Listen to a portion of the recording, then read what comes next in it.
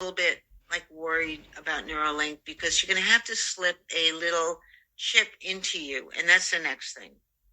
We're going to have to actually bind with technology. Bind. It has to be not separate, not outside, but interior. Is that kind of technology going to be somewhere along the lines of Neuralink, where we're using our synapses and our senses, so less something that is making your hand wet on the outside and more making you perceive the feelings of being in the ocean, being warm, being cold? Am I jabbing in roughly the right direction? I think it could easily be Neuralink. Elon Musk is working right on Neuralink. Yeah, it could be Neuralink. Definitely could be.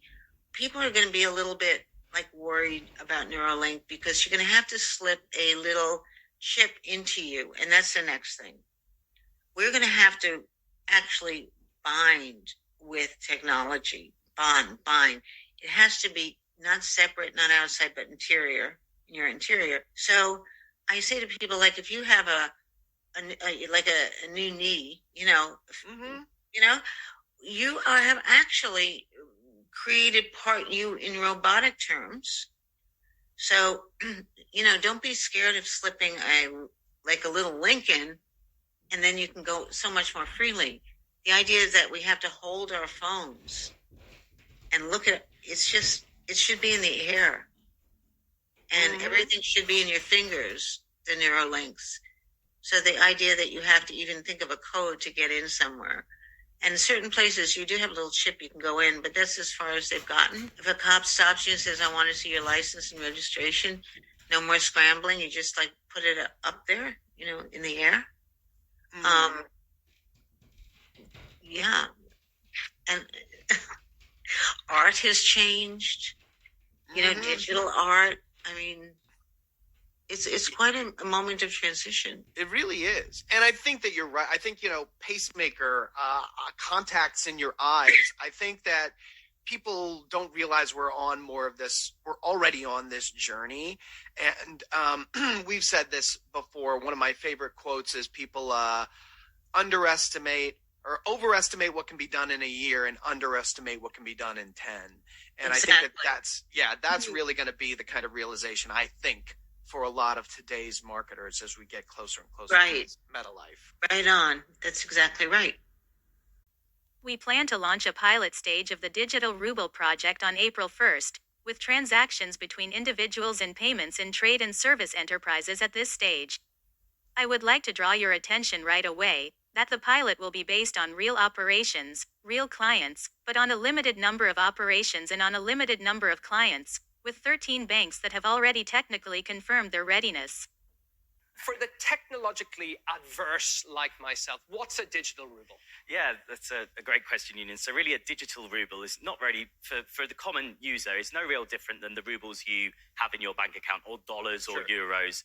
The only difference really is that instead of it being a number that's sort of randomly printed on a screen that can be inflated, it's actually built on blockchain technology and issued in a way whereas you'll have to account for every one ruble that is in the bank to the rubles that are actually in circulation. Let's take a cryptocurrency. Let's say Bitcoin, Union, it's the most widely known cryptocurrency. So Bitcoin, when the payment is processed, what happens is the computer systems and what crypto people call nodes, so the computer system that verifies that transaction happened is anonymous and decentralized. In the case of CBDCs that we're discussing now, those nodes or those computer systems are centralized, i.e. they belong to in this case, to the Central Bank of Russia, so they can make sure that there's no nefarious activity happening when those transactions are processed. Understood. I think a lot of the cryptocurrency maximalists may not like where this is going. However, this is a technology that is developing and evolving all the time. And we want more and more people to use it. And we want adoption. We want more people to use it. And unfortunately, I think in order for more people to use things, you are going to need the support of governments. And governments are going to need to have more oversight as to how these transactions occur. What's the difference between me going with my debit card and paying for things with a digital ruble? What is the planned difference between that? Yeah, so really absolutely nothing to you as a user, Union. But the fundamental difference is you're not going to have these cumbersome payment networks involved. So, for example, your debit card, if we're talking to our viewers in the West, they'll be using MasterCard and Visa. So MasterCard and Visa will be taking a chunk of a fee in order to process that transaction. This way, that transaction happens directly from Russia's central bank to the merchant or the shop or wherever you're buying your goods. So that middleman is essentially cut out. Understood. Okay. In terms then of benefits, will people be able to use these digital rubles when a network connection is unavailable? You know, there could be issues like that, right? Yeah, so reading the white paper from the Russia's central bank, Yeah. they're saying, yes, you can. Now, how they actually do that, we'll have to see when they come up with more colour. But I imagine it will be the same way as if you've ever been on an aeroplane and you've paid for something on your card. That transaction isn't actually processed because you're in the air. There's no internet connection to actually process it. So what happens is when the plane lands, that transaction is then processed by the machine. It will probably be a similar mechanism.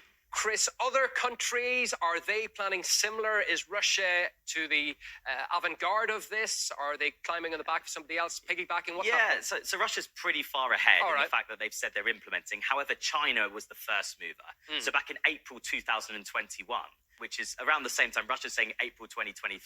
April 2021, China conducted what they called their first public pilot. And now in China, the digital renminbi is used quite widely across China.